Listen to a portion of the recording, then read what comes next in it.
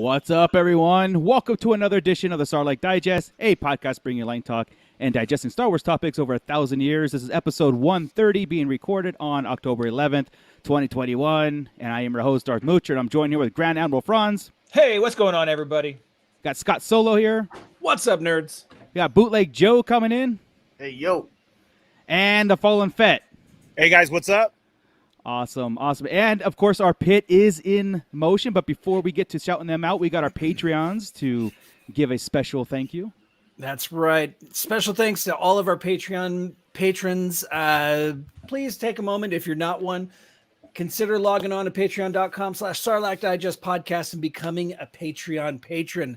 But without further ado, we'd like to thank Justin the Vanilla Thunder, Mervine, Gavin Connor of the Holy Hour Podcast, Don and Brady of the Escape Pod Podcast on the Red 5 Network, Crystal Lamphere, Brandon and Anya Epler, and AJ from the Forbidden Panel. Thank you, everybody. Without you, we wouldn't be able to look this fancy. We wouldn't be able to look this beautiful. No, we wouldn't at all. Yeah. You wouldn't want to see what we all look like without patrons. Yeah, No, without our makeup rooms. And That's right. Marco just got his beard done. Got all It's oiled and it's looking good. Remember, though, if you do want to see what we look like, you check out my OnlyFans. There's a Patreon for that too. Yeah. the risen Fett.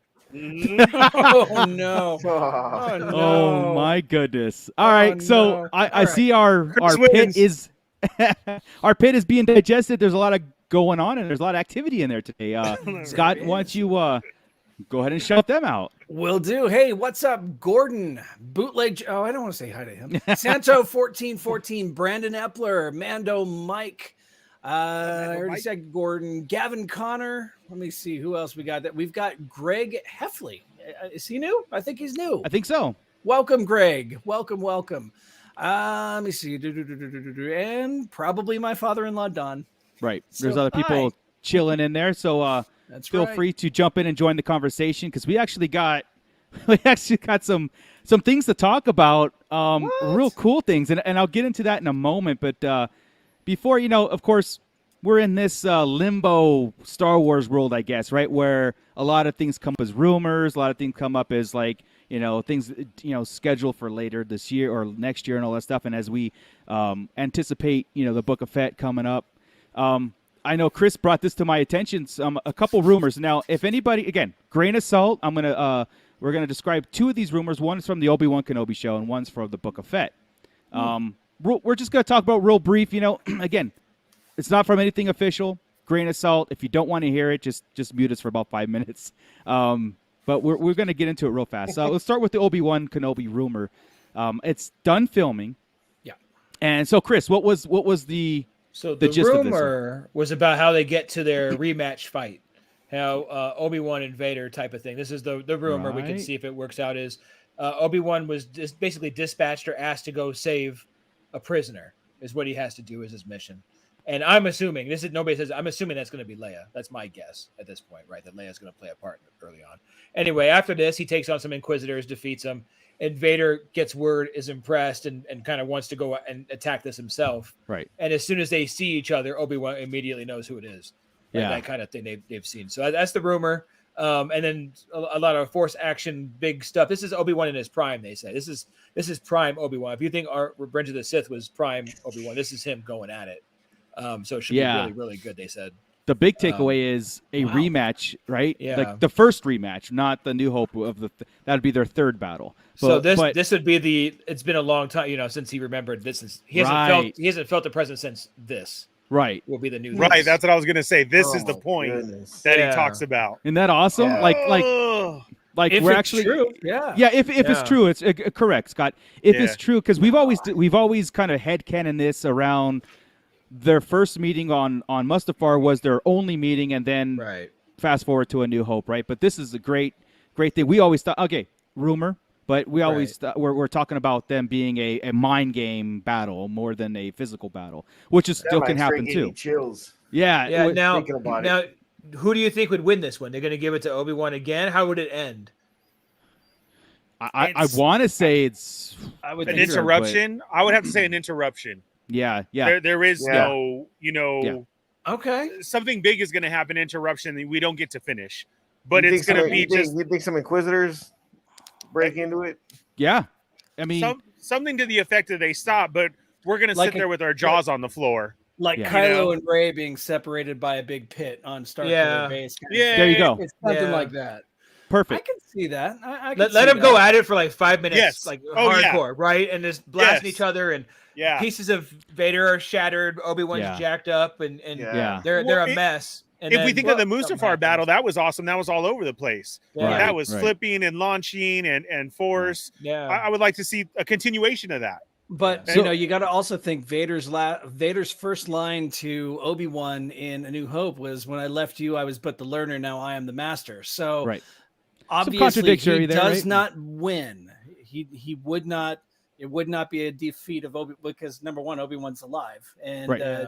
so he is not defeated.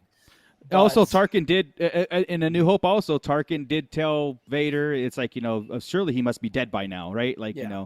don't underestimate the power of the Force." Like all that stuff. There's a lot of dialogue to go through in A New Hope Yeah. to make this make sense. Yeah, but you could still do that. He could even call him Master when he walks up, because he's Yes. called him Master his whole life, right? yeah, So as a taunt, right? Yeah. Come Yeah. on, Master, and then see what's going on, and then he leaves him for dead, like maybe Yeah. like a little payback, some kind of, obviously not burnt, because Obi-Wan's not burnt and jacked up. Right. But maybe there's a reason they'll make it like this is why he looks older, because he gets so jacked up in this fight. Yeah. It takes years off his life What if or whatever. What if it's the okay? That's cool. Now, I like correct me if that. I'm the Yeah. guys who've read the comics and in between all that. Correct me if I'm wrong. After Obi-Wan left him for dead on Mustafar, the Emperor grabbed him, and all of a sudden there's this Vader figure. Because I forgot what book it was, but Aftermath, right? As soon as the Clone Wars ended, they noticed this black figure standing next to the Emperor. Nobody knew who he was, including Obi-Wan, I'm assuming. So, like what Chris said, this meeting, this first battle, could be that revelation of Anakin's alive, and this is Anakin now. Darth Yeah. Vader is Anakin. Which I would be remember that. a I remember that great- scene in a book.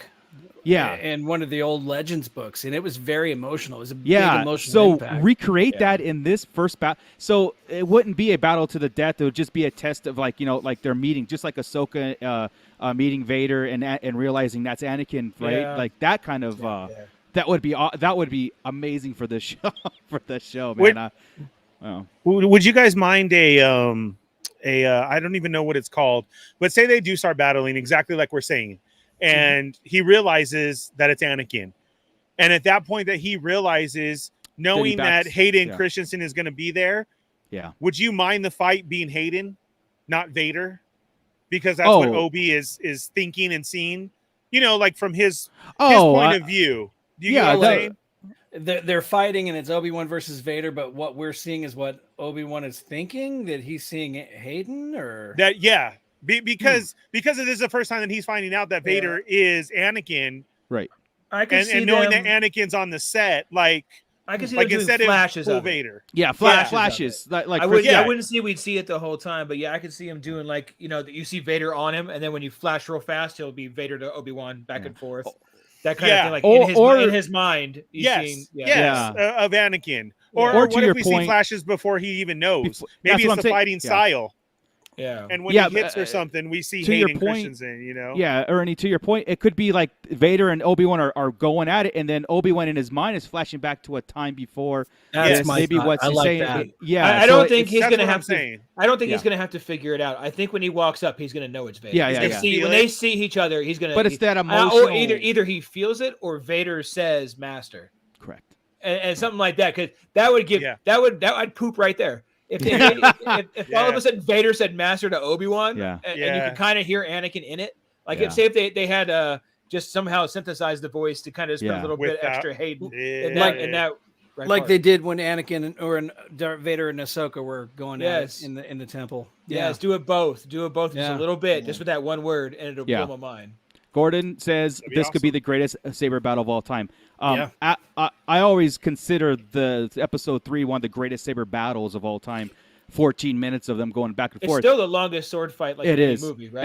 and I agree. This could be because remember that whole fan made film or the fan made thing of Obi-Wan and Vader and New Hope, that extra energized battle and all that stuff. Where this could be that something canon and live stream or live. That again, all grain of salt. We don't know this for a fact. We're speculating on that one little rumor, and I love it. I love it because I want the Kenobi series not just to kick ass, but be emotional, right? Like Obi-Wan is an emotional character. And what about like when Ahsoka was fighting Vader and she cracked his helmet, and showed his face, that's what I'm saying. Yeah, just like a full-on removal of the helmet, and you can see that can happen too. Well, I face. don't know if they'll double up on that. Not a full-on removal of the helmet, but just like a big hit on his helmet to where it cuts off like half of the face or whatever, and he can see him talking. They have like a all of a sudden meeting right there.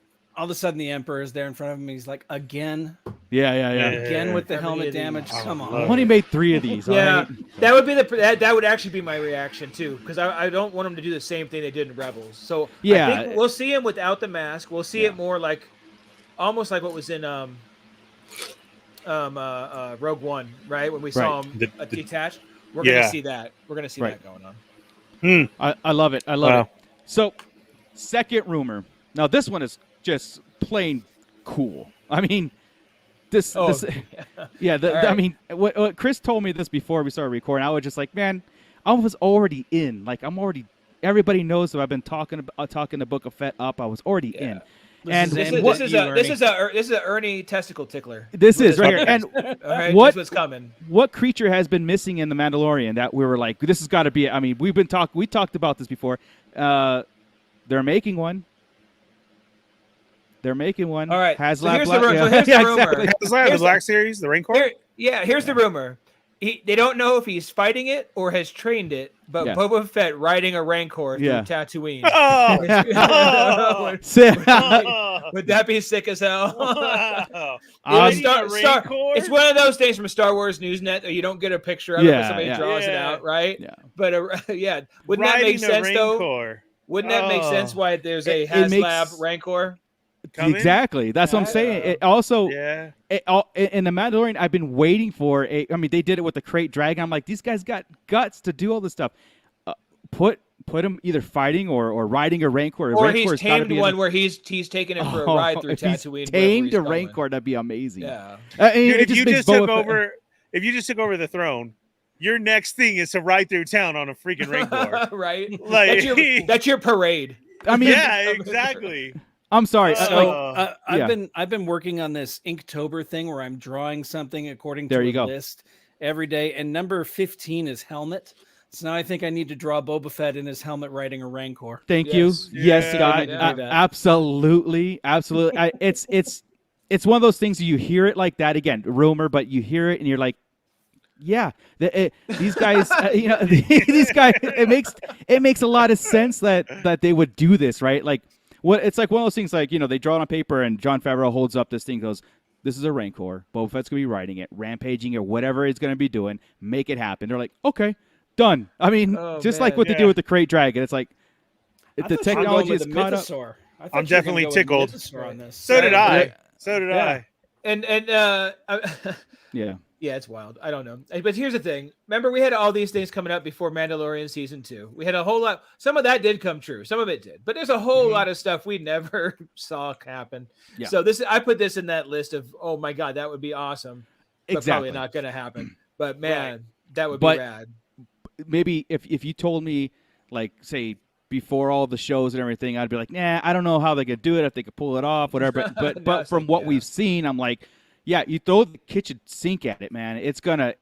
Things are sticking on the show. And again, I say this show because Boba Fett is just it's the Boba Fett in the Mandalorian series. So why not? But if he's riding it down the town, God, yeah, that's going to be awesome. That means it's his buddy. That means it'll fight for him later too. He'll get in a fight with the Rancor who has his back. I like the fact that it's a tamed. Okay, I would like it. If it's tamed, a tamed makes Boba Fett even higher up on the notches. Oh my God. I got goosebumps when Chris told me that, and I still got it. I'm like, this is freaking awesome. If Din Djarin can tame a what was that damn thing called? The big mouth. The Blurg.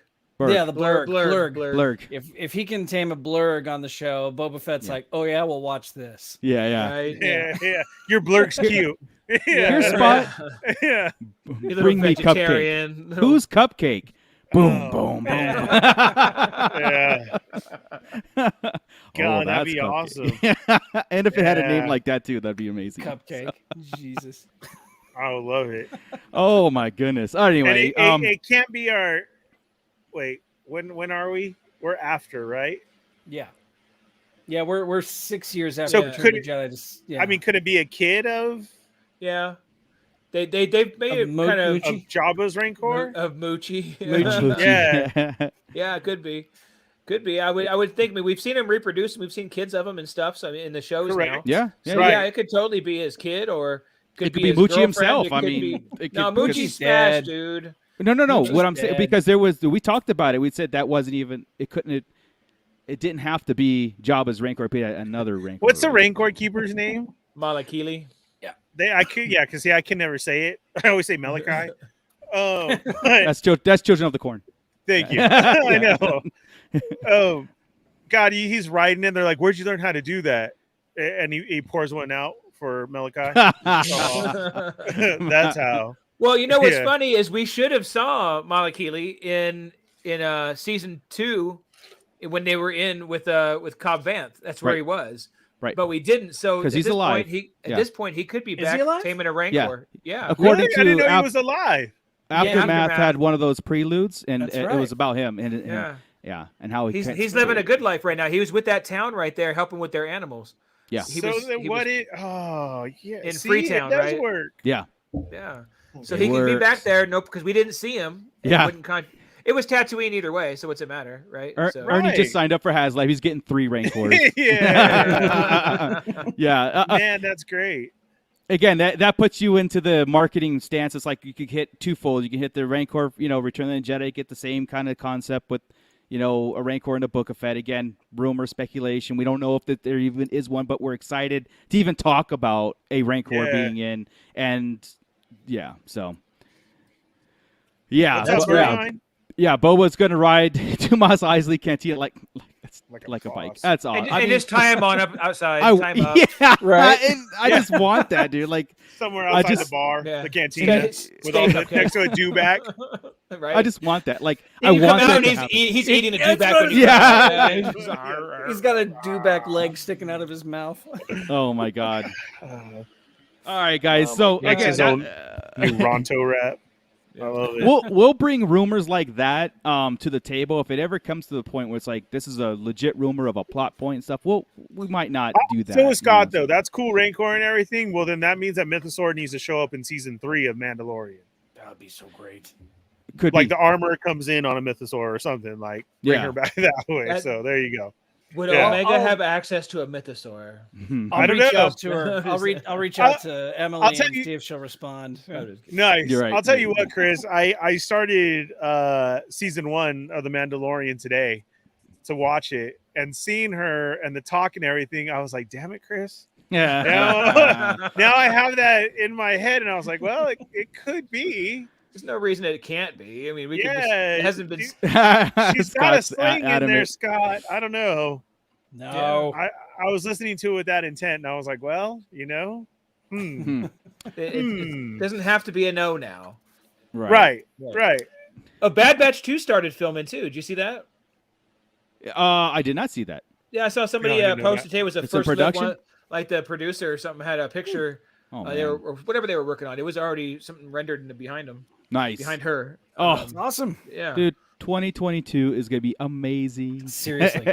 Speaking of, it brings us right into our main subject here. The next slew of books that are not High Republic, right? Thank God.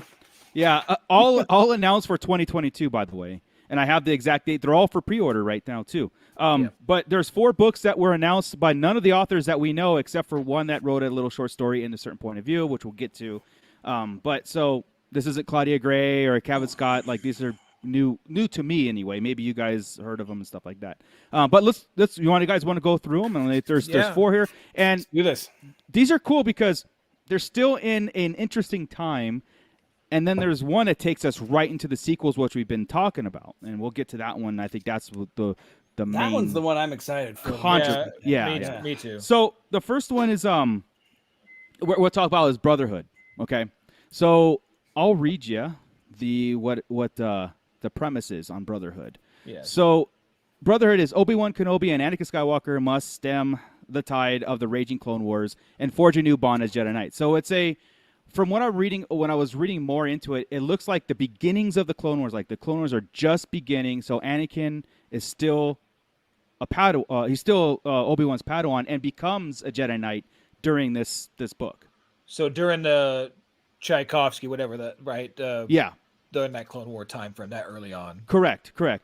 So that's interesting that they're both going to be Jedi Knights at the same time. That maybe Obi-Wan gets rank of master later on in the book or whatever. But the book does premise is saying that they both are equal footing and they have to learn to basically bond together, but in the raging Clone Wars, like grow up really, really fast, which is interesting. We got the Master and Apprentice with Obi-Wan and Qui-Gon and that kind of relationship. Now we're going to get into... And that was a time of peace. Correct. Yeah. Right? Yeah. So, they had their issues during a time of peace. Yeah. Now you've got basically, I mean, they've been brothers for this long. Now they've got, or even father, son. Yeah. To that, at that point, and turn into this. Yeah, it's going to be good. To Yeah. get to a book level more so than the quick cartoon. Yeah. That'll be really good to get. Yeah. I'm interested in really delving into this because I want to see how this changed Anakin in a way that not a traditional Jedi goes up to the ranks and does all this stuff and they have their trials and all that stuff, but Anakin had to grow up really, really fast. So therefore, his whining and all that stuff makes a lot more sense. Getting into that stuff because now he's got his own missions. Now this guy who took your master. Now I'm on your level, and that's got to go to your head too. So I'm interested in seeing that now. Who wrote that? Mike Chen. So I didn't see if he wrote any other Star Wars books or not, but I'm not familiar. Yeah, not at all. That one gets released in May of next year.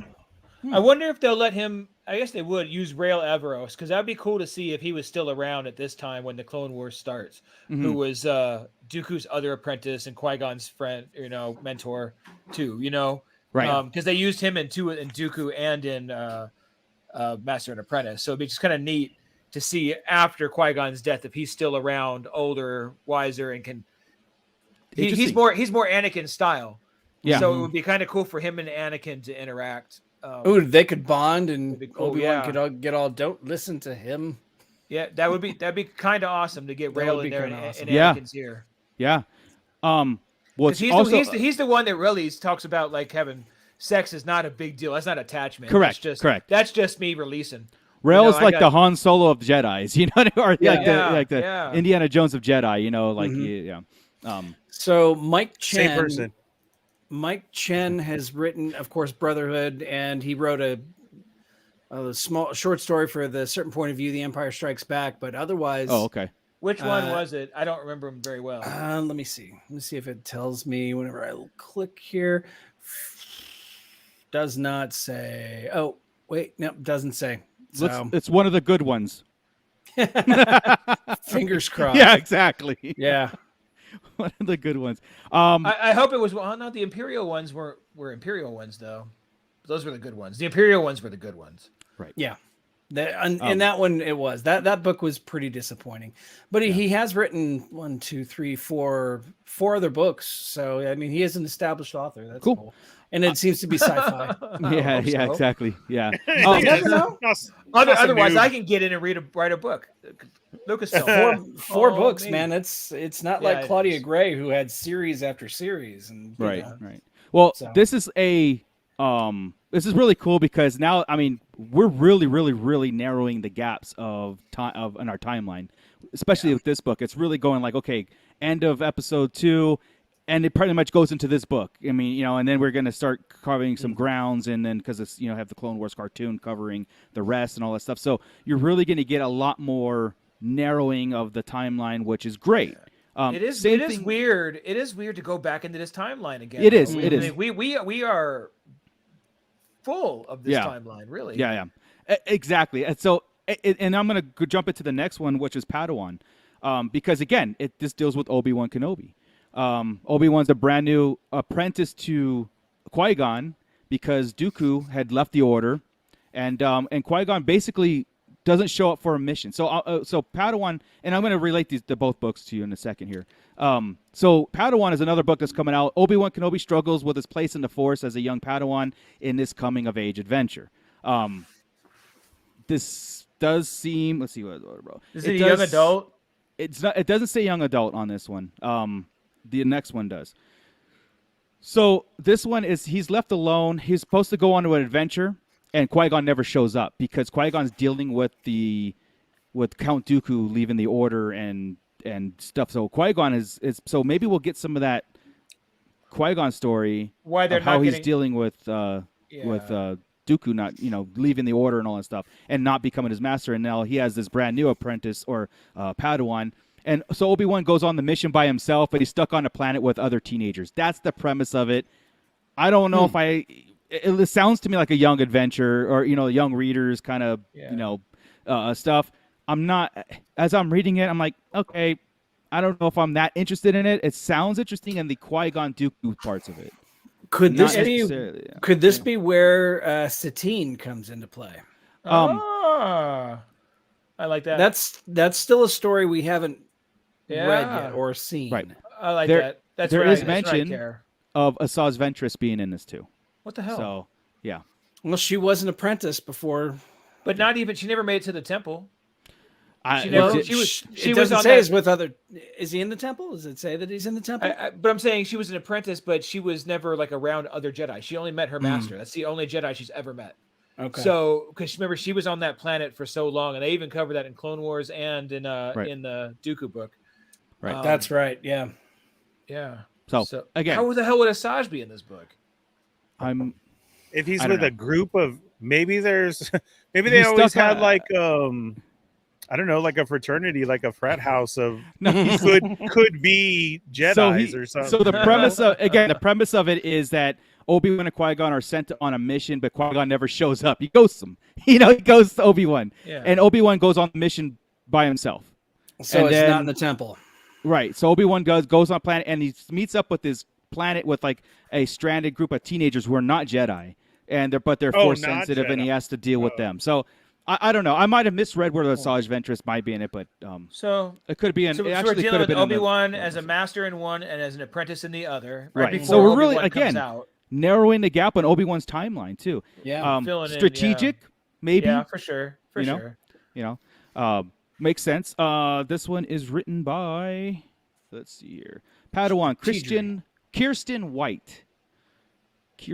So comes out in July next year. Kirsten White. To the internets. Yes. So these two make a lot of, like, again, it's that gap closing things, and it's weird. Like, I agree with Chris. It's weird to go back into the Clone Wars era and the prequel era when we gotten so much. But here's why you do right then. It's the only thing you can really touch, because the Clone Wars really does like take off like a month or so after, right?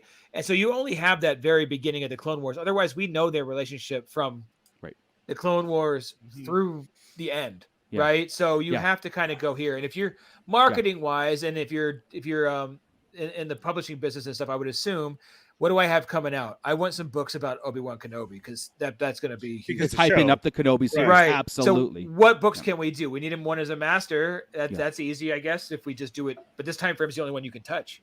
Right. Apprentice, you can touch whatever you want. Right.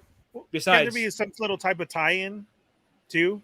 Something like that was in the book. You know what I mean? Like, I'm sure in the show, you mean? I'm sure. I'm sure it will. Right. But I was just thinking, like, you didn't want a book like in the middle of the Clone Wars, like in the middle of it, right? Because you're like, shit, I could put this in between episodes. I could figure out my episodes. I don't want to do that. On Padawan, you guys said that Qui-Gon, he disappears or something like that, or he just takes off. He's a no-show. He's a no-show on their first mission, and Obi-Wan's is brand new a Padawan. What if Qui-Gon's with Count Dooku this time? Well, that's what. And that's what the book, the plot kind of speculates, where Qui-Gon's upset. Has Dooku left the Order at this time or no? Yeah. He's already left? Yeah, that's what the premise was. He's dealing with Dooku leaving the Order. That's why Obi-Wan's by himself. Yeah. But remember, Dooku was saying in episode 2 about how he kind of hinted like Qui-Gon would agree with what he's doing right now. Yeah. And I've always believed him. So we could. That's what I'm saying. What if it's digging into like maybe Qui-Gon was actually with Dooku doing something like this, or not with him, but like not against it. Well, that whole thing was the ideology of Dooku saying like Qui-Gon would probably agree with me on this overall where the Jedi should be, and but I don't know. Again, this book might explore it. It might explore it, but it is an Obi-Wan book. It is Padawan. But again, where's Qui-Gon? He's dealing with the Dooku situation, and which is interesting too. Because I don't think we got a lot of that too. So I'm hoping this book delves into that. Plus, Qui-Gon goes out for a pack of death sticks and doesn't come back for like a month. Well, it's his runaway. It's his desert dad. Them starting off bad here with him being a new will make sense why he's the way he is in the other in Master and Apprentice. And Obi-Wan is like this straight-laced, like straight-A student kind of stuff, and that's what this is dealing with that too. So we actually in the house we actually have a couple of books by Kirsten White. She wrote a couple of Buffy the Vampire Slayer books, continuing Buffy the Vampire Slayer. So that's cool. Yeah, decent books. Yeah, man, very cool. So the next book is an anthology, which I love. I mean, I like the short stories. Let's get straight to the point. It's Sith and Jedi, right? So it's called. Let's see here. Let me pull it up. So Stories of Jedi and Sith, and so it says battles between good and evil never ends. That's what the premise is. This is the young readers one. This, what I hear, is a more of a young readers, because it says middle school. Middle grade. It says exciting middle grade anthology. So that tells me a young reader, right? Right in my wheelhouse. That's where I'm going to. Yeah. So not the big words. I'll be okay. All right. I think there's 10 stories in this. So an anthology with, again, I don't know if there's really. Oh, it does deal with it does say Vader, Obi-Wan, Asajj is in this one too. Luke Skywalker. It says epic standoffs, cunning plots, courageous action, ruthless anger, all that stuff. So to me, this signals more of the same. I think it's. I hope it's not just from like the fights we already know, and they're going into their heads during it. Is that what this like the sounds Skywalker saga book? Yeah. Yes. Oh, I gotcha. I hope not. Yeah. Look, but again, this, like I said, it screams more of the same to me. I'm the title was like yes, and then I literally go, oh, you know what I mean? It's not quite what we want. When we hear that, I am done with the Jedi and Sith we know. Now I'm ready for more Jedi and Sith lore. When you say something like Jedi versus Sith, let's move on now. Who else are we got? Exactly. Exactly. Tell some like old history just to bring them into canon. Throw some Revan in there and Bane and whatever else to just bring them into canon. Yeah, I mean, again, we can write countless books on Darth Vader's struggle. I don't know if we need another one. You know what I mean? Like, for example, they're doing a documentary on George Lucas. I'm like, why? I can tell you right now everything from birth to now what he's been up to.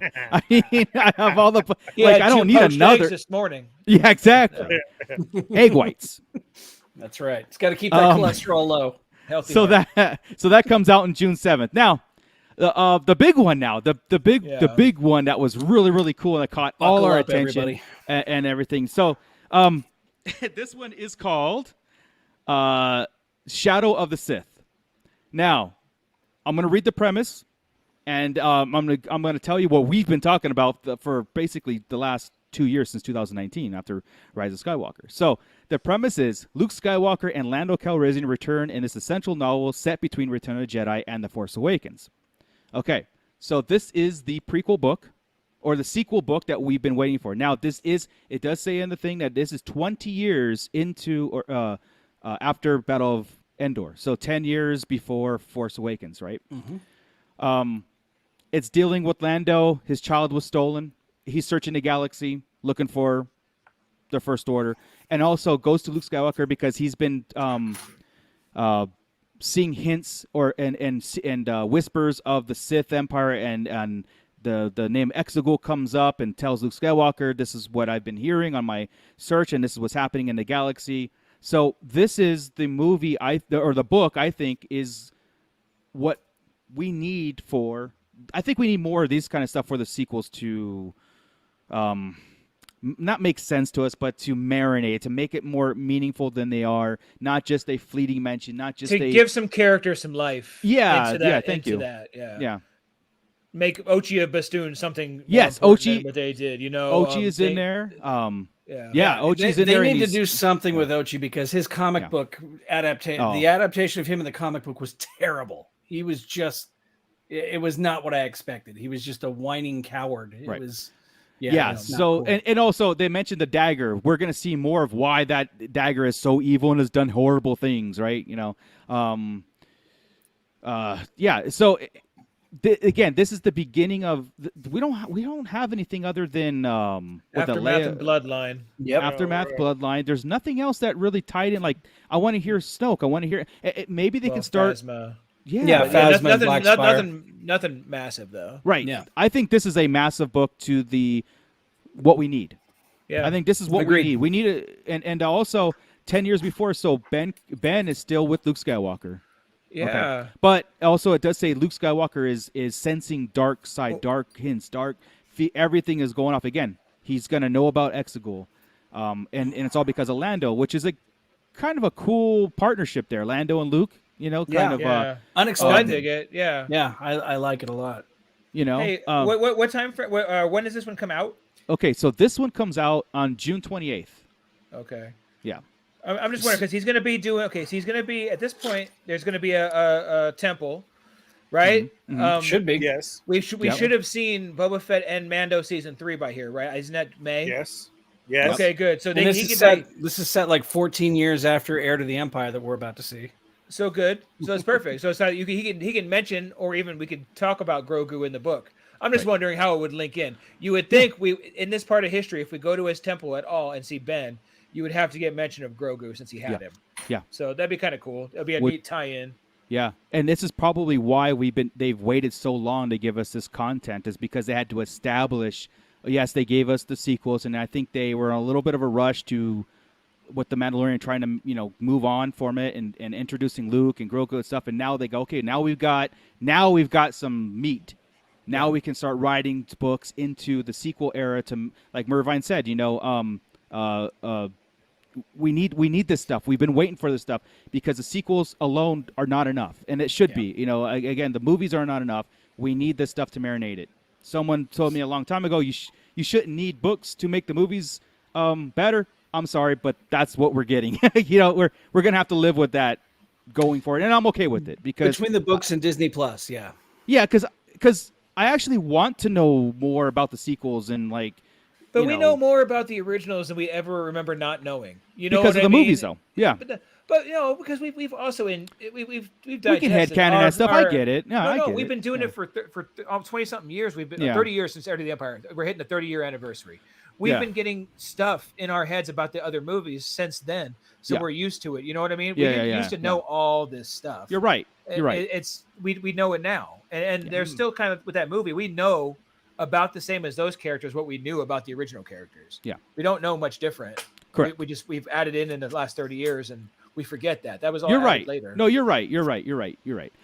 Gordon even says like this will help bridge the gap between the sequels and hopefully ground them more in the galaxy. And 100% agree. This is, like I said, this is the start. To me, it looks like the start of it. They're going 10 years before, and we're gonna start getting into Ben's corruption from Snoke, maybe. You'd have to moving on, and the Knights of Ren come into play. This 10 years is important. The Emperor's plan's got to come up because Ochi's there, and so that correct. And he dealt directly with. Do you do a Snoke or the Emperor? Snoke. Because I think he even says here, Ochi's true motives remain shrouded to Luke and Lando for. He's working for the Sith internal. So, that's Exegol. That is Exegol, and that is the Emperor. Because no, so it wouldn't be Snoke. It would be because he's in search for his granddaughter. He's in search for Rey, and that's why she was hidden and all that stuff. So, so that's cool to get that excited. story. So that's cool to get that piece too. That's probably. Yeah. Well, I'm focused on Lando and Luke and Snoke, but honestly, we're probably going to get Rey's backstory right here. It sounds correct, like a good portion of it. Because she knew the ship, right? And that's where the knife was on that ship. Right, that was Ochi's She was ship. taken. That's right. She was taken on that ship. So you're right. So this could be part of the mission. Luke could have been part of that mission, from all we know, because they're all kind of like They're like, what girl? Yeah, all of them. Right. Luke even like, who are you? Like, right. is all this stuff, and Han seemed to recognize her. So maybe this is kind of one of those things where, okay, I get it. Right. Like Gordon even said, it'd be interesting to see Luke's frame of mind at this point in his life. I totally agree. Yeah. And just like Heir to the Empire, he's sensing darkness, a dark Jedi. He's sensing these stuff. So again, I know this is a little bit more as far as time wise, but it is interesting to see. I want to see Luke's transition to like the Jedi are wrong. You know what I mean? Like, and like the ways of the Jedi need to change. That kind of stuff. I need to see that more because it's interesting. Yeah. Let's see here. Sergeant Slaughter's Slaughterhouse. Anything that helps bring the legitimacy to the sequel trilogy is welcome. Great point. Yep. I agree with that statement because I am struggling. Just like I've been telling the guys here, I've been telling the podcast. I have been struggling with the sequels that I don't want to be, but I am. I'm struggling even to watch them. This will make me watch them. This will absolutely make me watch them more if we start getting more of this stuff. And by the way, welcome aboard, Sergeant Slaughter. Yeah, thank you for joining into the pit, man. It's good to see new faces or new titles in the pit. But yeah, so let's see here. What Gordon also says. Imagine Luke sensing a rise in darkness again and thinking, "Damn, I thought I brought balance." Yeah. And Mervine's comment was Luke becoming more of a gray Jedi than a Jedi, and that's basically what he was doing. He was becoming like, look, the Jedi teachings are why we're in this predicament. But he's still a Jedi. He never like if anybody's I hate the term gray Jedi, right? Either you're a Jedi or you're not, right? Sure, so like Ahsoka's not a Jedi, right? But Ahsoka's the only one I see going that way. Luke was never that. Luke never turned into that. He just left it, and it just left everything. He closed himself off from the Force. Yeah. Right? That's different. And then when he woke back up from the Force, right? Back to being Jedi. He was just a dude for a minute. Speaking of Ahsoka, do you think that we would see her in the Obi-Wan? I hope so. In the Obi-Wan series, that'd be awesome. If I think they would have to connect it right there. I think we'll even. Yeah, I do. I think we'll see us. We talked about how she's an important part of the story now, and to link so much together. Yeah. Just knowing of what's to come, like that would be another part to play. Let's put it this way. There's a chance to mention her in the live action. There's a chance to bring her into the fold with Anakin and Obi-Wan and stuff, not just cartoon format. And then because, you have to headcanon where she is in the original trilogy and all that stuff, this will legitimize, in a way, it legitimizes her, cement her stuff in live action. I know she's in Mando, but I'm talking about like where she is during these times. Have her connect to an OG character first. Yeah. Correct. To go back and have history with Obi-Wan and Anakin. For that matter. Holy shit! Set up. Could you imagine? There could be no way it'd be a 2-on-1, right? Whoa. Well, see, that was my thing was how Joey brought it up when we see her fight him in that, and like, what if? I mean, because not that they don't know each other, but I mean, it's Obi-Wan and Ahsoka. Yeah, like, what if he was like, why didn't you tell me? You know what I mean? He'd have to have Inquisitors. Yeah. Oh yeah. Why didn't you tell me about it? Yeah. Right. Yes. Right. Well, maybe they hadn't seen each other because she was gone. Obi-Wan went in hiding. Ahsoka was already gone. Yeah. So they're gonna run into each other and like, oh shit. Right. Because she's chasing after. She's in the rebellion right now. During that time, maybe not that time yet. It's hard to tell. I don't know. Again, but it's possible to see her. Yeah, she exists. So it's possible to see her. And for her to show up and like I said, for her to show up in Obi-Wan, there's a chance there that again there's an opportunity. I want to say chance. There's an opportunity to give her where she's at in the timeline. This is where she's at, and then go for and I would love to see the conflict between it'd be Ahsoka, Obi-Wan, and Vader again. Vader and Inquisitors versus Obi-Wan and Ahsoka. That's awesome. No, she couldn't yet. She couldn't because Rebels is when she catches on to Vader. So that takes Ahsoka out the equation. Well, as far as Vader, you're right. Not completely out of the equation. She can speak to Obi-Wan, but she can't speak to Vader. She can't know that Vader's Anakin at that point. She can't. And Obi-Wan can't tell her, which we know he's good about lying about that, so it's not a problem. He can tell her that he can from tell a certain her that, point of view, right? Vader killed Anakin. Yeah. Yeah. He's practicing. Then later on, when we see him tell Luke, we're like, this little bastard. No one believes me. I've been telling everybody this whole time that Anakin is Vader, but it's the way you're saying it, Obi-Wan. You're not saying it right. Certain point of view. Nobody cares. Oh my goodness. Just say what happened, Obi-Wan. Yeah. So Brandon asked really quick, wasn't there a rumor that they are taking, there we go, that we're talking of making the sequel an alternate universe kind of thing and going on a different direction? That was the rumor that was made up when people were saying that the sequels were an alternate universe based on Ahsoka not being rescued by Ezra and the world between worlds theory. The world between worlds, and it's all just we don't subscribe to that. Yeah, we don't. We don't do that. It's canon. It's canon. If they Disney wouldn't have built Batu. That's what. Right. I just there's think no going back now. Right. Right. Yeah. This book. It's proven that they're doubling down on their investment, which we all said that's what they should do. I don't think they should reboot it, rewrite it, whatever. Let's take what you gave us, and now let's build on it. Mm-hmm. Right? It is what it is. You know, I think, and I agree with what Mervine says, that he's only struggling to accept episode 9, and I completely agree. That's the one that they did not stick the landing, and I agree. Yeah, I agree, man. But again, with the books and like what Chris, when we were saying is that's what I mentioned. It's like you shouldn't need. Well, it was said to me you shouldn't need the books to make the whatever makes sense. But in this case, you're muted. You're muted, Chris.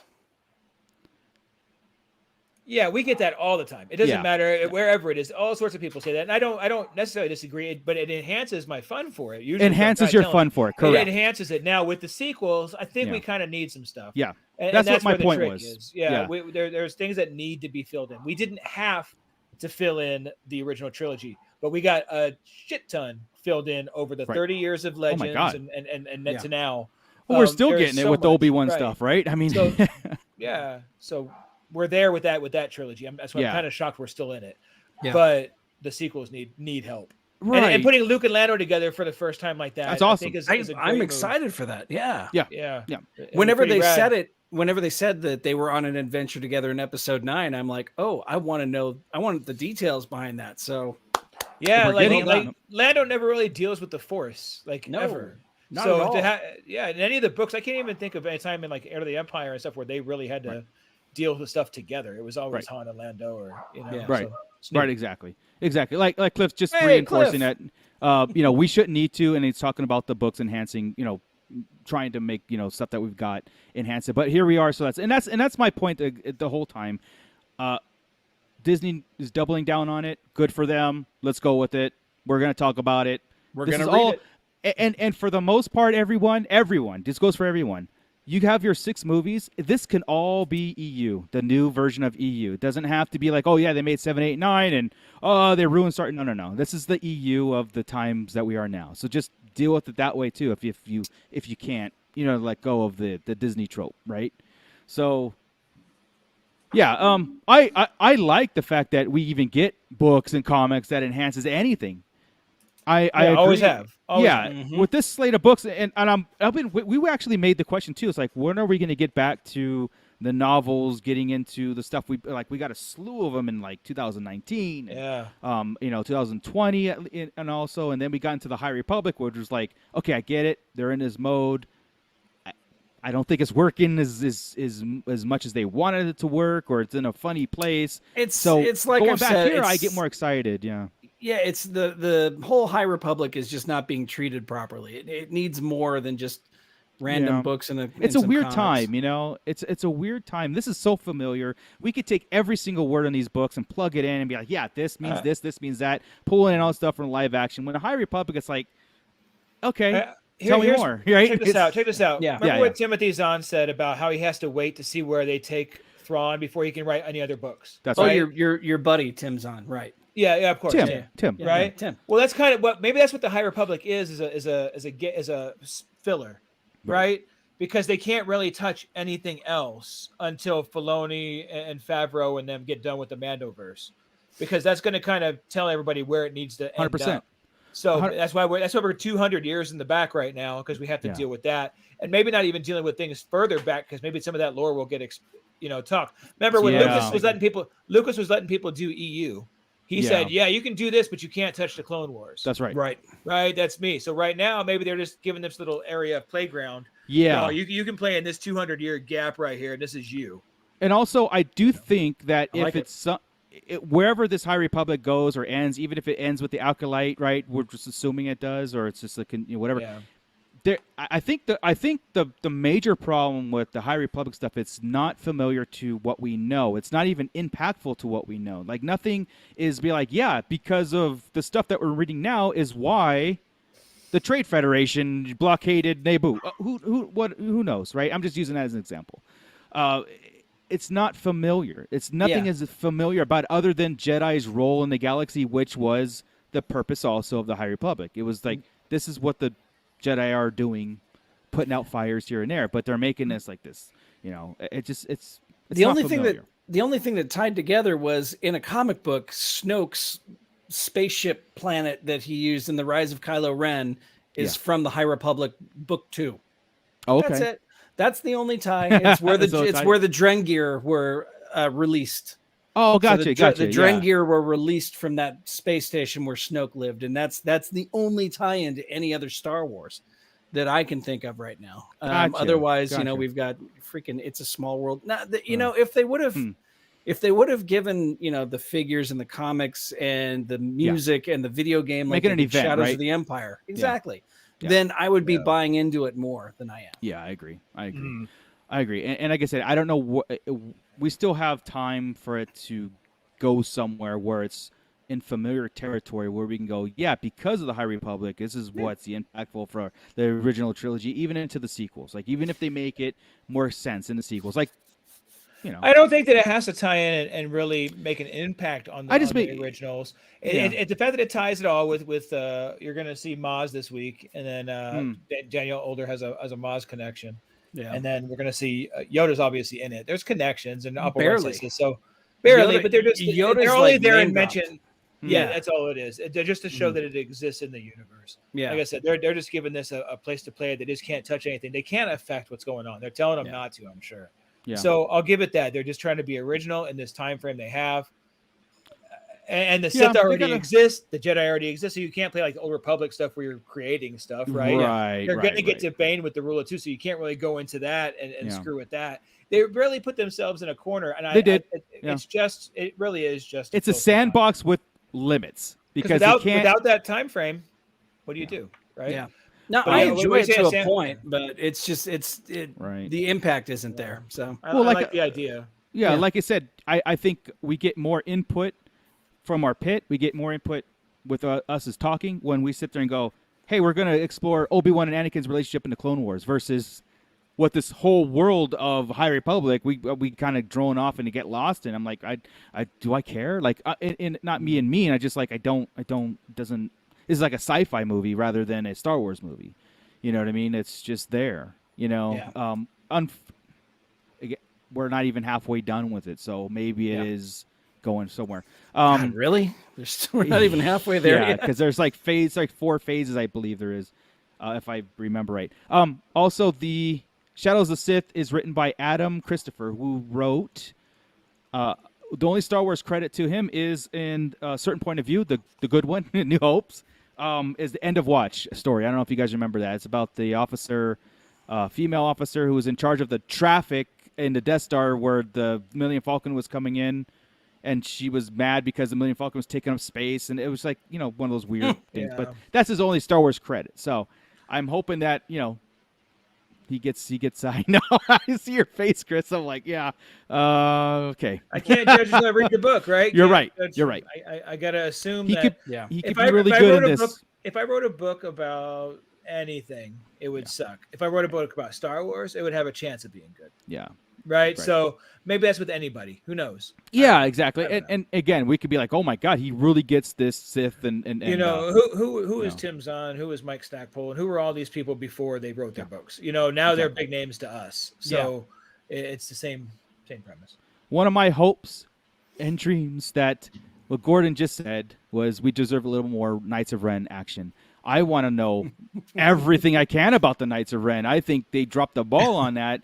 We had more Knights of Ren in the Lego special than anything else. Yeah, we sure as hell did. I know we got I love that. I'm like, oh, really? Christian Slater as Ren was amazing.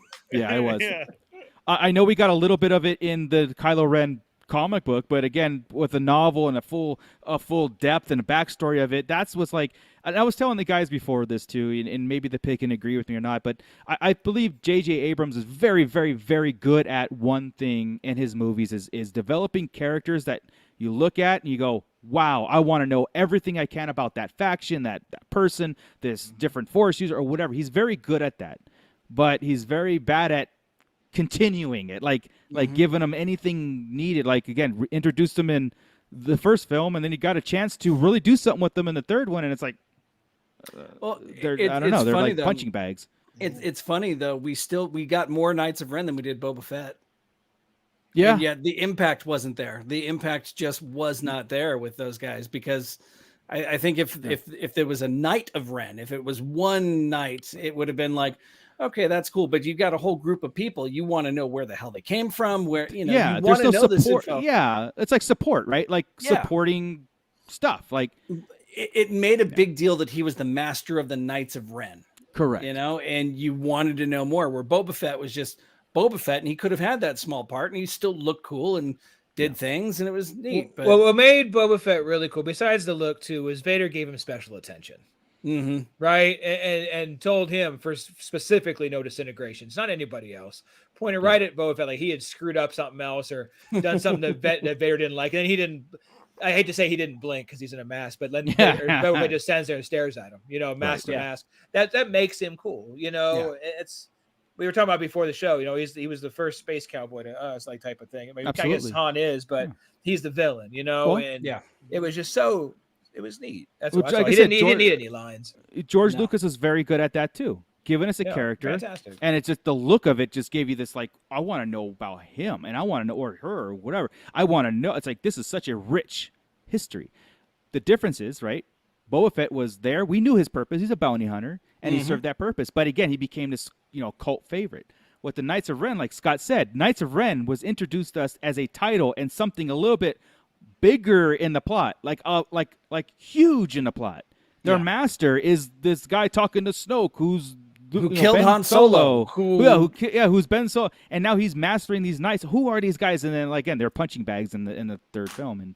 And anyway, but maybe this is that launching point. Maybe this is the first book in that series. Again, there's 10 years now that now we're starting to narrow that gap, which I think there's a lot more into it, which when we read it, I'm hoping they go, you know what? Let's put on Rise of Skywalker, and everything makes sense to me now. It just makes it more like, okay, I get it.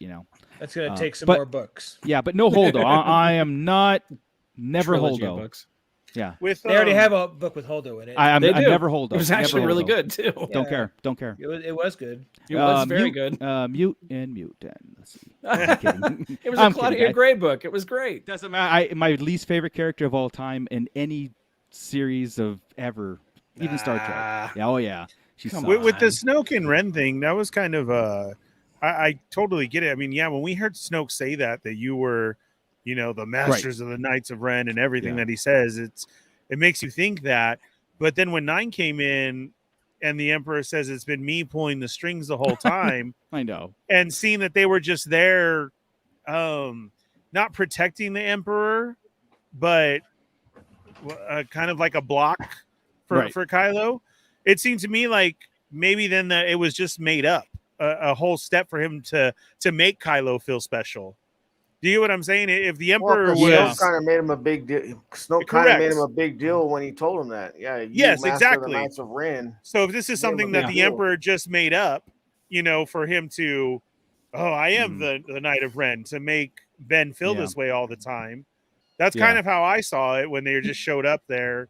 It does bug me now that they were there. It bugs me a lot now that they were outside. Once he said it, right? I'm sitting there going like, it never bugged me before, Ernie, but it really bugs me right now. That wait a minute. If this place is so damn impossible to get to, how the hell did these guys show up there?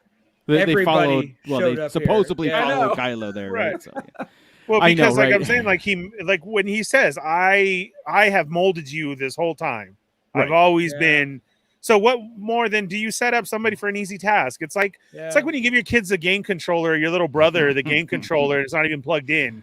And they think they're playing and winning. You know what I'm saying? Like, that's kind of like that. Like I set up, this is You just defeated the Knights of Ren, and it was nothing. I understand. Do you get what I'm saying? And he danced with them.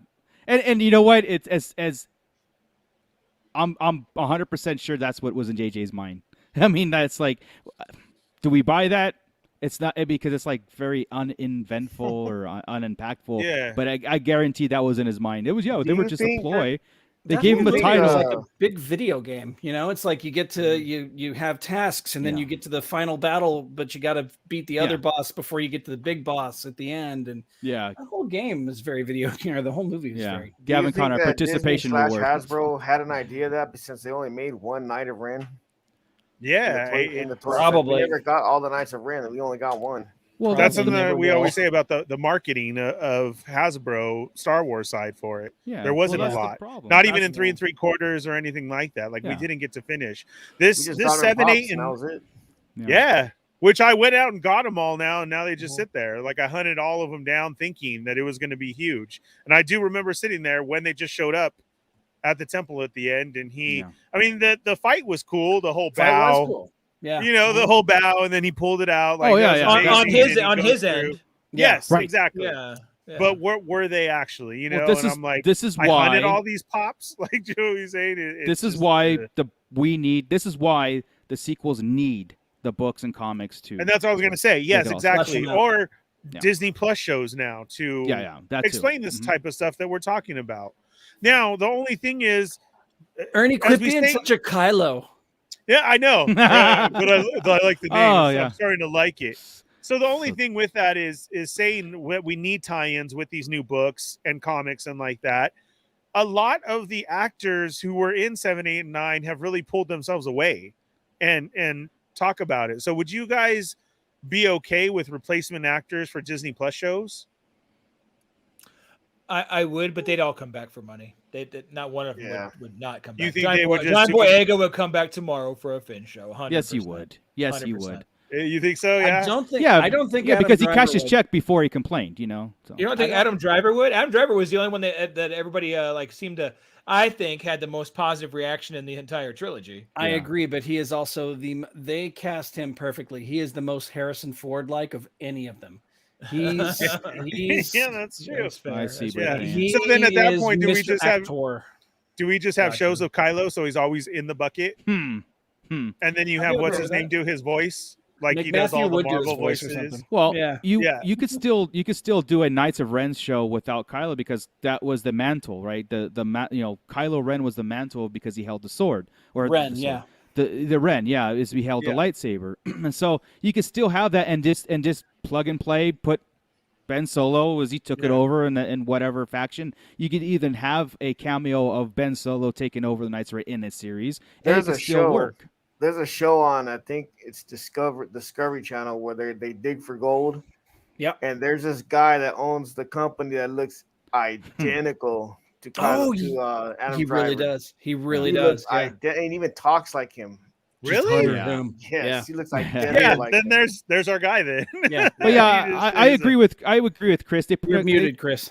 Again. Yeah, I agree with Bad Chris though. dogs. I think that that people they would come back. You know, I mean, especially if it's something that's like, look, the people are gonna like this one. You know what I mean? Like they're gonna like this one. Mervine says the Rise of the Knights of Ren coming soon to Disney Plus. They've got a damn near perfect script in that Rise of Kylo Ren comic, where if they adapted that, I mean, that's my fear too, Scott. Hell. Every time they do something like that, where they put it in comic book form or book form, that's it. That's the only form we're getting, and they won't take it. And you know what I mean? That's what sometimes disappoints me. We've hedged our bets though on Heir to the Empire. So I mean, we have the original Thrawn trilogy. So to a point, we're making it work, but it's also the MCU treatment too. Yeah, they're making it work as they fit. It would fit not, in this canon, not word for word. Correct. Right. And it has to. Yeah, exactly. So, but to have something, because again, if the Kylo Ren that is canon, so I don't think they'll live action that. They'll just expand on it, or like I said, maybe go a prequel of it and go like, here's the Knights of Ren story. All you have to do is just plug Kylo Ren in later that he took it over, and maybe, like I said, a cameo of some sort or something like that. And we've been railing for years now about them doing animated movies, DC, 100%, or that's what's DC missing. animated movie style. Those movies are great. Yeah, if they jumped feet first into this thing with that, that'd be amazing. I would definitely take a DC style Star Wars animated movie, because then I would think they would come back because they just have to voice act, throw in their voice and like that. And we all know Mark Hamill would be on board. Right. First off, they don't have to voice act anymore because they've proven it in The Mandalorian. They could just synthesize the entire language of that character and they have it forever. They sign a piece of paper that takes all their likeness away anyway. So, and essentially, Adam Driver, they have it on record every single dialogue they can manage. I mean, they've proven it with The Mandalorian, with Luke Skywalker. But Cliff's comment was, if they put a contract in the promises, we'll make it better this time. I swear, So, yeah, I agree. Is that what they did with Grand Moff Tarkin too, or was that somebody? It was no, both, that was somebody. It was a combination of. It was absolutely Peter Cushing's voice that they synthesized over. No, that was the actor. They weren't at that point yet. That was just CGI face and everything else. It was the actor's voice and body. Well, I could have sworn I saw something that they actually digitized Peter Cushing's voice in there too. I think that's the next step. That's the new step we're on now. Is this synthesis? Right. This taking everybody's voice to make it. Gotcha. Yeah. Okay. Which again, there's a reason why that making of was so elaborate and they put so much money into that technology. I think is for that reason. To like, look, we want Adam Driver in it. We got his voice at least, and until we can CGI. Yeah. So I mean, again, that we don't need any of them. Every Star Wars character signs their life away, and they could be anything they want forever. Their likeness is Disney's now. Their likeness no longer belongs to them. Correct. That's how George Lucas set it up. That's how Disney sets it up. So. Yep. Well, cool guys. I'm excited for this. I'm excited to get back into something that's that I can look forward to in the book. Yeah, familiar and in the book format because I was into. I'm still catching up on some of the stuff, but there was a lot of pause there where like, wow, I'm catching up. Like I have nothing to look forward to. Yeah. Until now, so I'm excited for this slate of books, and of course I'm excited for the rumors and Book of Fett, and of course it's all good. It's all good. Yeah, so I think that's it, guys. Let's get out of here. Cool. That was fun. So we will reconvene next Monday, 8:00 live. Thank you everybody in the chat or the pit. That was awesome. Good talk. So let's just go round table. Let's take it away. Chris, go ahead and say goodbye. Bye, guys. And see you next week. Say where they can find you. Find me on every time. The socials. Look for Starlight Digest. That's it. Okay. We're good. Then there you go. All right. Bye. We'll see you. Bye. See you. Take them out. All right. Catch us. Log on to Facebook.com and the Facebook.com. Just get on Facebook. Look for the Starlight Digest Central. Look for Starlight Digest Central where we continue the conversation. Absolutely. We also post up polls that you can get involved in. Maybe that leads towards some of our future content. You never know what these polls might lead to. So also, again, I thank our Patreon patrons and ask you, if you're not a Patreon member, please log on to patreon.com/Sarlacc Digest Podcast and become a Patreon subscriber. You'll get shout outs. There's different levels where you can get artwork, you can get bumper stickers, all sorts of cool crap. So please log on to Patreon and sign up. Also, check out our TikTok channel where I do 1-minute toy reviews. We also did a whole series of episodes while we were at Unicon. You can check out our past catalog there and hop on the conversation, man. Join us. We are the Sarlacc. That's right. We are the Sarlacc Digest, and I think we all kind of consider every one of our Patreon members and our pit people absolutely to be members of the Sarlacc Digest as well. Absolutely. So, extended family. Yeah, 100%. Because when we see everybody in live action in public, right? Now we still carry on. It's like they're all part of the family here. So absolutely. And also hit the like button on this and share. Of course, don't forget that. Bootleg Joe, where can we find you? You can find me on Instagram at bootlegjoe_760. I know my page is kind of dormant right now. So hopefully I'm adding some new stuff on there. And on TikTok at Jedi Killer. And hopefully I'll be on the show next week. I don't know, but if not, I'll see you guys in the pit. Cool. Yeah. And finally, the Fallen Fett. Take it away.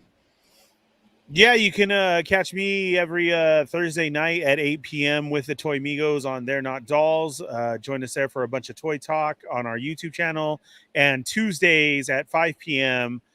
With Chat Migos Assemble, where the Chat Migos come on and run the show, and we do some more toy talk and like that. And then here every Monday night at 8 p.m. Pacific Standard Time, of course. All right, cool. And with that, Scott, keep it nerdy, everybody.